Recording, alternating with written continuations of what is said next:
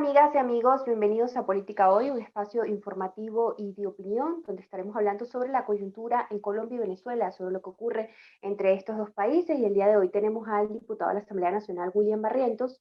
Muchas gracias por estar con nosotros, diputado. A ti y a todo el elenco que los acompaña.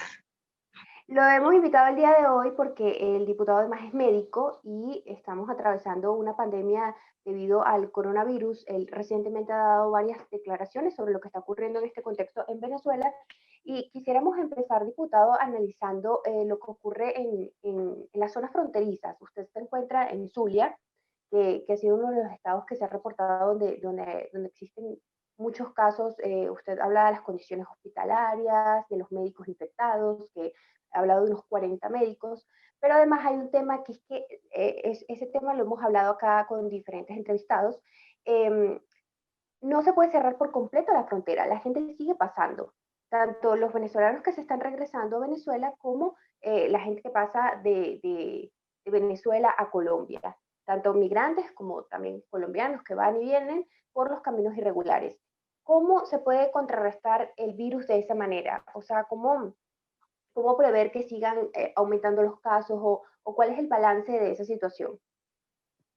Bueno, primero buenas tardes, ¿no? Y quisiera comenzar esta entrevista felicitando hoy a todos los ingenieros del país. Hoy es el Día del Ingeniero, ¿no? Gente que se ha formado en las universidades públicas y privadas del país y que han hecho historia a lo largo de mucho tiempo. Y en segundo término, no quería dejar pasar esta entrevista tan importante porque hay un hecho verdaderamente dantesco, que es la detención de un periodista, específicamente Roland Carreño, y dos más que fueron hasta ayer detenidos y desaparecidos por los cuerpos de seguridad. Hasta este momento no se sabe de ellos. Nuestra solidaridad absoluta, y esto demuestra clara vez más el rostro antidemocrático, la perversidad con la cual se actúa en Venezuela, que por el solo hecho de pensar distinto, la gente es perseguida, acosada, desaparecida. Se habla de más de 70.000 personas ajusticiadas extrajudicialmente. Eso es muy grave. Pero entrando en el caso específico de lo que significa la pandemia nos agarra a nosotros en un momento que nosotros habíamos decretado, la Asamblea Nacional, único poder legítimo electo por el pueblo, habíamos decretado la emergencia humanitaria compleja. ¿Y por qué habíamos decretado la emergencia humanitaria compleja? Bueno, por una sencilla razón: deterioro por completo de la red hospitalaria, de la reambulatoria, de los centros de diagnóstico integrales, déficit de medicamentos, en más de 85% los medicamentos esenciales. Entonces, bueno, aquí no se produce un informe epidemiológico en el país desde el 2012, imagínense ustedes, de ninguna patología, de manera tal que las cifras que devela el régimen son no solamente falsas, sino que son su registro ya de 4 semanas de antigüedad, entre otras cosas, porque el instituto donde se procesan las pruebas de PCR, que son las fidedignas con hisopos radioactivos, tanto nasal como bucal, está colapsado. Me refiero al Instituto de Higiene Rafael Rangel, y el otro que habilitaron, el IBI, por supuesto, no tiene la capacidad. Y esa falsa promesa que hicieron quienes usurpan hoy el poder de que iban a aperturar los diferentes laboratorios que existían en las escuelas de medicina por todos los estados, y además en la zona fronteriza para hacer pruebas de PCR, eso fue un papel arrugado. De manera que el régimen miente no solamente con las cifras, sino también con el tratamiento adecuado o el manejo científico de lo que significa una pandemia tan agresiva, tan invasiva, con un grado de infectabilidad como es el caso del COVID-19, coronavirus, SARS-2 o virus chino. Quería referirme específicamente en el caso de la frontera. Por ejemplo, en el caso de la frontera, en lo actual, no solamente se han ido aproximadamente 5,5 millones de venezolanos huyendo de esta atroz crisis que ha arrinconado al pueblo en la miseria, en el hambre, en la desesperación, en la ansiedad, en la angustia, familias enteras, sino que hoy, actualmente hoy, cadenas humanas de venezolanos salen por los puestos fronterizos, en específico los que están ubicados a lo largo y ancho de lo largo de frontera en el estado Zulia, por la parte de Brasil y por la parte de Guyana. Podemos decir que son guetos, fíjense ustedes la irresponsabilidad del régimen. En primer término, le da vacaciones al virus, es decir, grados de flexibilización cuando no hay control, cuando hay una cantidad de pacientes infectados, le dan vacaciones al virus, no hay medidas epidemiológicas correctas, sanitarias, no se manejan mediante los protocolos de la Organización Mundial de la Salud, de la Organización Panamericana, ni de la UNICEF, al contrario, es decir, allí no declara ni siquiera el que usurpa el poder popular para la salud, sino que dos personas, hay veces Rodríguez o hay veces Delcy Rodríguez o hay veces otros que no tienen ni la menor mínima idea de para qué sirve un antibiótico, cómo se maneja una pandemia, no saben de infectabilidad, no tienen conocimiento sobre la virología, la agresividad del virus y mucho menos cómo debe desde el punto de vista sanitario controlarse y cercarse con medidas epidemiológicas correctas. Aquí no ha habido una campaña que se haya establecido a nivel de lo largo y ancho de la frontera de información correcta. ¿Qué hacen? Que los pacientes o quienes regresan al país aterrados por la situación, porque todos los países tienen problemas.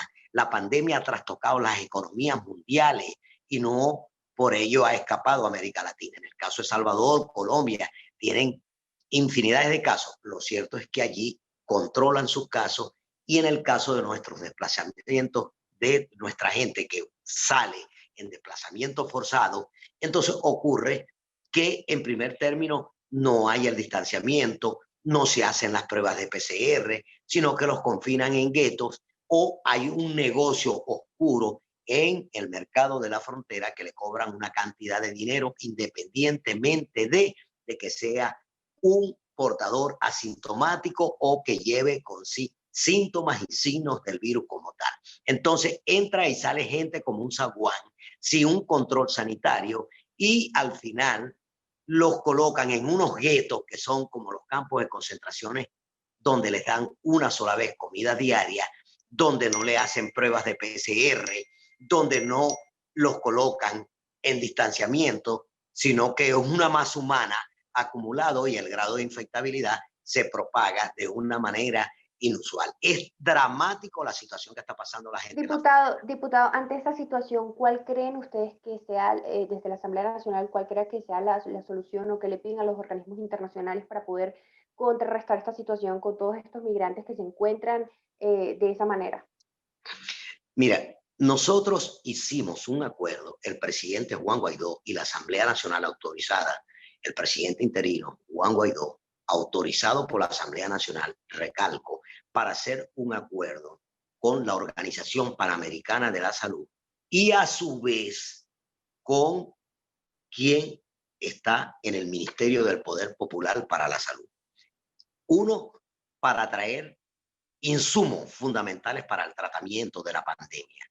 Dos, para utilizar los protocolos de diagnóstico y además los protocolos que tienen que ver para evitar, es decir, guantes, mascarillas, tapabocas, máscaras faciales, antisépticos, alcohol, desinfectantes, jabones, en fin.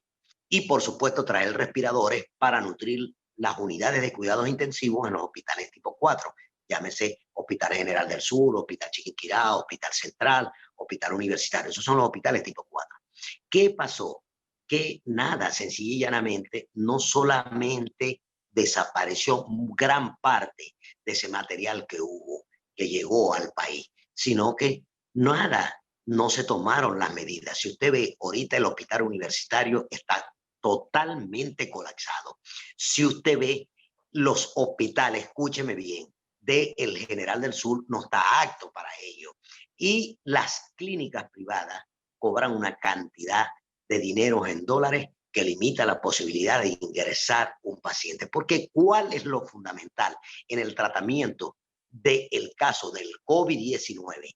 es el tratamiento los primeros 8 días para evitar que eso baje a vías respiratorias inferiores y se provoque la cascada que termina acabando con la vida del paciente por alteraciones multiorgánicas y en este caso cuadros de coagulación intravascular diseminada que terminan por matar al paciente. Entonces, los hospitales no están acondicionados y la irresponsabilidad de no establecer los cercos epidemiológicos. Para decirle dos cosas. Por ejemplo, las pulgas, un centro de acopio tan importante.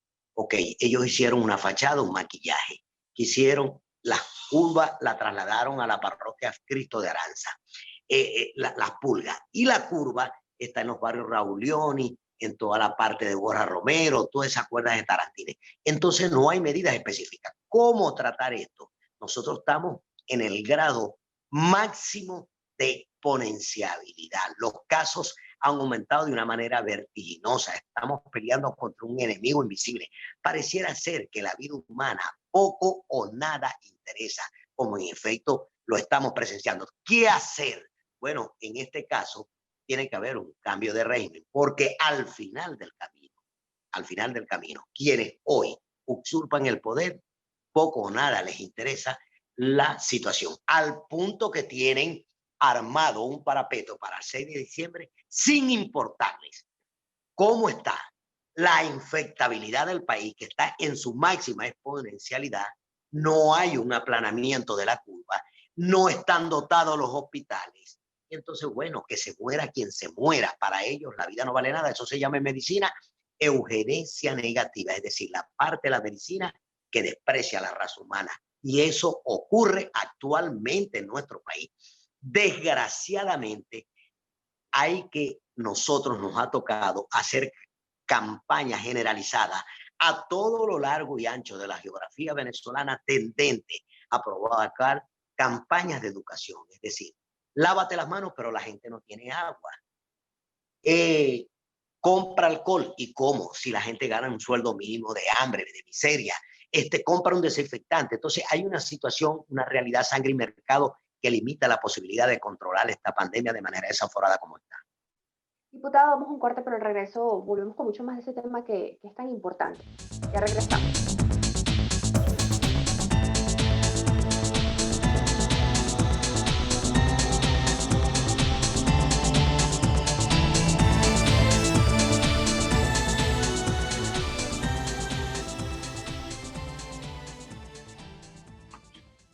Regresamos a Política Hoy con el diputado William Barrientos. Estamos hablando sobre el tema del coronavirus y usted decía en la pregunta anterior que la ayuda humanitaria había desaparecido. ¿Quién desapareció estos insumos o parte de estos insumos?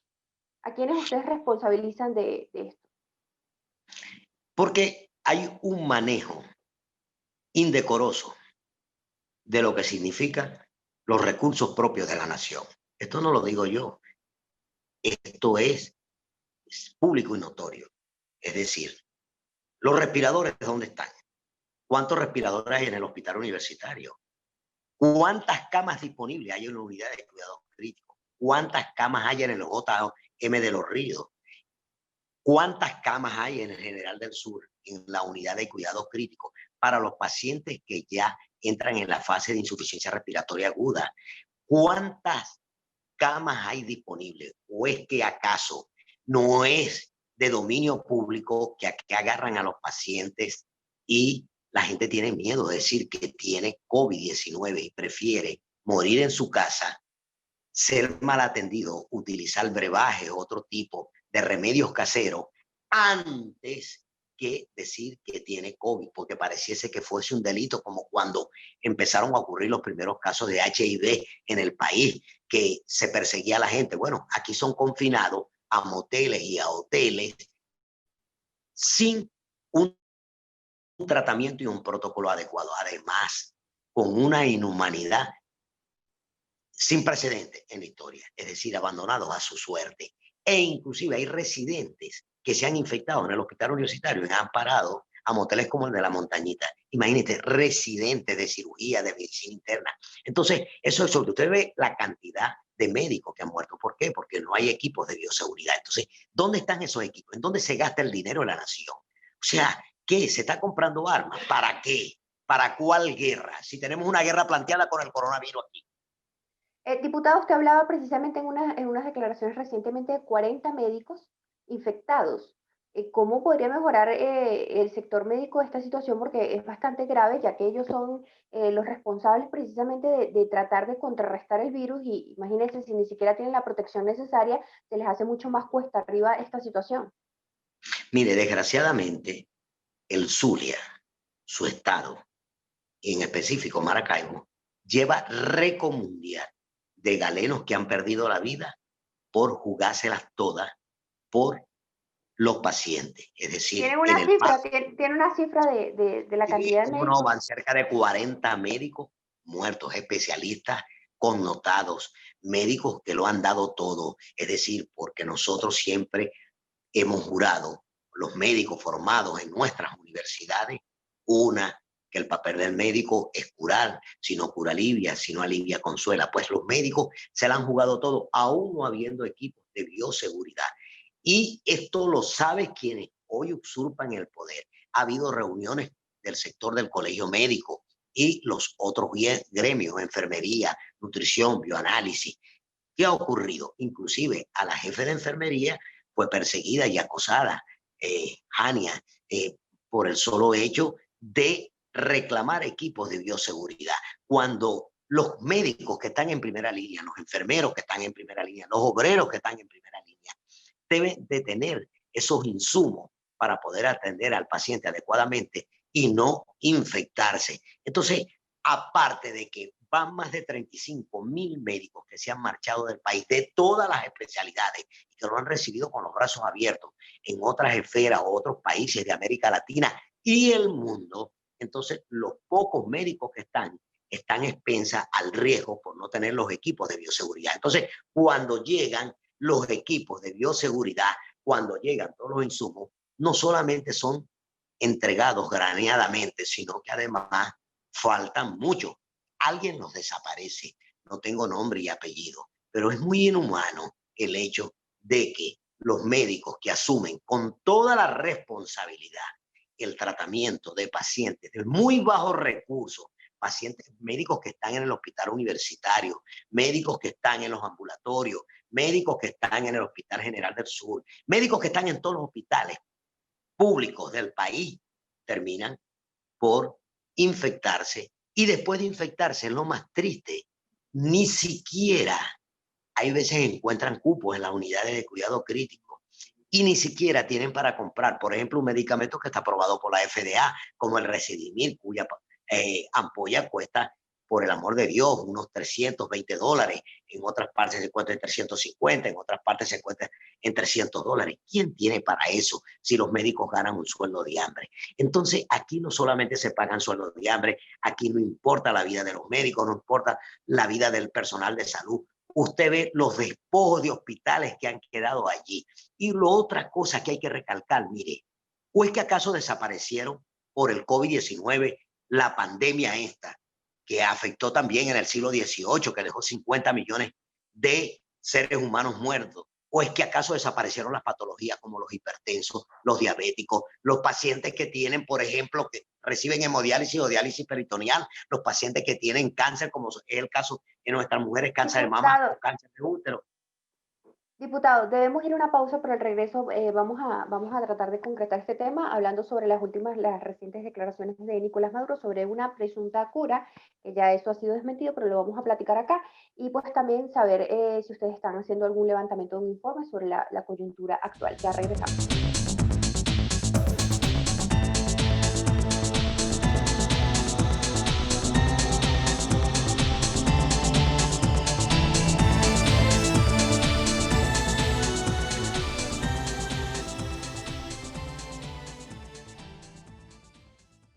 Regresamos con Política Hoy con el diputado William Barrientos. Estamos hablando sobre el coronavirus y la epidemia en Venezuela y cómo también afecta a las zonas fronterizas.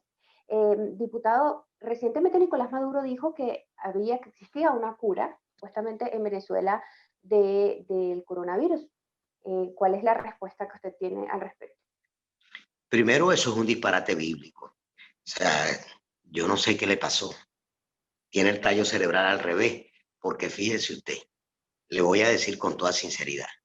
Primero, eh, los grandes consorcios que están trabajando en torno a la vacuna tuvieron que Seneca, por ejemplo, paralizar, porque los ensayos que se hicieron en pacientes dieron efectos teratogénicos. ¿Qué es teratogénico? Malformaciones congénitas y algunas alteraciones de carácter neurológico. Segundo, está demostrado que el interferón que tienen los cubanos no sirve para nada. Está demostrado quién se va a poner la vacuna rusa. ¿Ah? ¿Quién se la va a poner si no está aprobado por la FDA, Federación Internacional de Drogas? ¿Qué van a agarrar? Mendigos, conejillos de India. ¿Qué cura? Eso es una falsedad. Mire, el presidente de los Estados Unidos que le dio coronavirus él fue prácticamente un paciente de ensayo y acudió a una institución de carácter genética que le aplicaron un tratamiento experimental. Bueno, al final tuvo respuesta exitosa y es probable que la haya. Aún así, no está decretado internacional y mundialmente, ni por la Organización Mundial de la Salud, que hay una vacuna que sea 100% fidedigna. Tanto Lilly, los laboratorios Bayer, Beringer y todos han tenido que no parar los trabajos de investigación, pero han parado lo que significa el ensayo con humanos.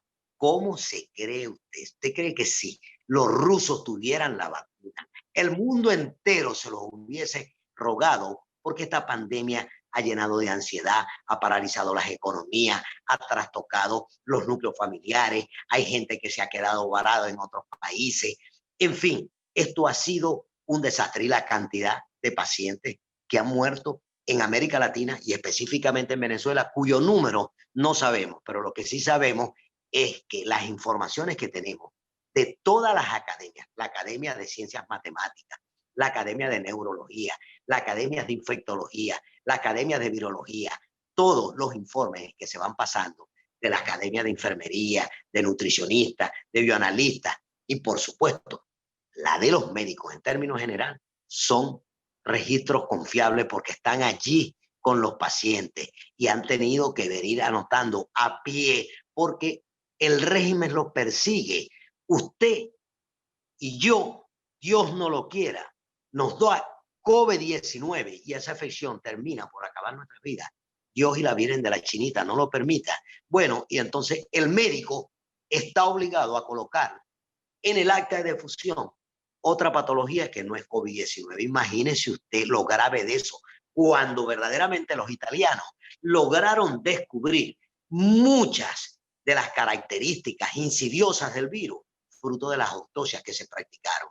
Y siempre se ha hablado con la verdad, porque se trata de la vida humana, no es la reparación de un carro, no es la reparación de una moto, no es arreglar un ventilador. Estamos hablando de seres humanos que ríen, que sufren, que han construido sociedades. Y esto es lo que pasa, hay una situación de miseria. Entonces el virus se afinca más cuando hay todo este tipo de desórdenes que no son verdaderamente situados en el marco de una campaña asertiva, científica, de carácter epidemiológica, con cercos verdaderamente claros, con campañas de educación, donde se utilicen pruebas de PCR. En fin, aquí lo que hay es un comercio, inclusive con las pruebas rápidas, que no son totalmente fidedignas. Y ahora empresas privadas por ahí haciendo pruebas rápidas. Tengan cuidado con eso porque al final esa no es fidedigna. La única fidedigna es la PCR.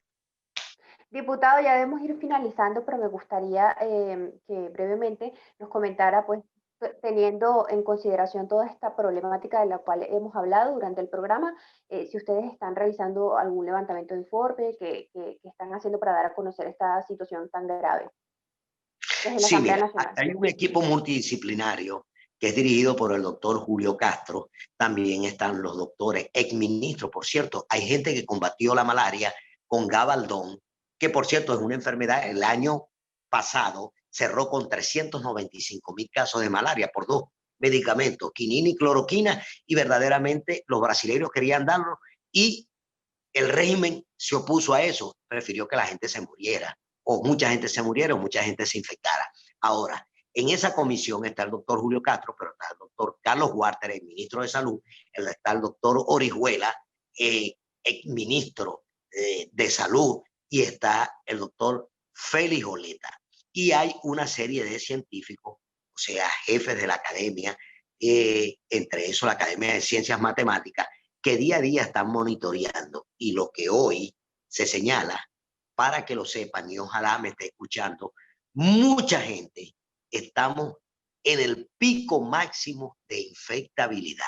Y le digo, verdaderamente, uno puede tratar a un paciente los primeros 8 días, pero si eso baja a vías respiratorias inferiores, lo más probable es que hay que agarrar una estampita de la Virgen de la Chinita o en su defecto invocar a Dios, porque lo que ocurre, el desorden orgánico que ocurre allí y la virulencia con la cual se impone el virus en órganos nobles es verdaderamente peligroso. Entonces, nosotros no solamente estamos haciendo donde existe un diputado, donde existen equipos conformados de voluntariados que lo hemos armado, entonces tenemos una campaña de seguimiento, de educación, contrario a lo que ha hecho el régimen, que al final del camino, le digo, poco o nada le interesa la vida humana. Bueno, allí está, gente haciendo cola sin distanciamiento, sin antiséptico, porque no hay gasolina. Entonces, ¿cómo no infectarse la gente? Le dan vacaciones al virus, qué cosa tan loca. Hoy el virus está de vacaciones y mañana el virus está atrapado. Eso es una locura desde el punto de vista sanitario, nunca antes visto, para que sepan. Diputado, muchísimas gracias por habernos acompañado. Le agradecemos mucho haber aceptado la invitación. A Y ustedes. muchas gracias a ustedes que nos sintonizan. Será hasta una próxima emisión de Política Hoy. Hasta luego. Chao.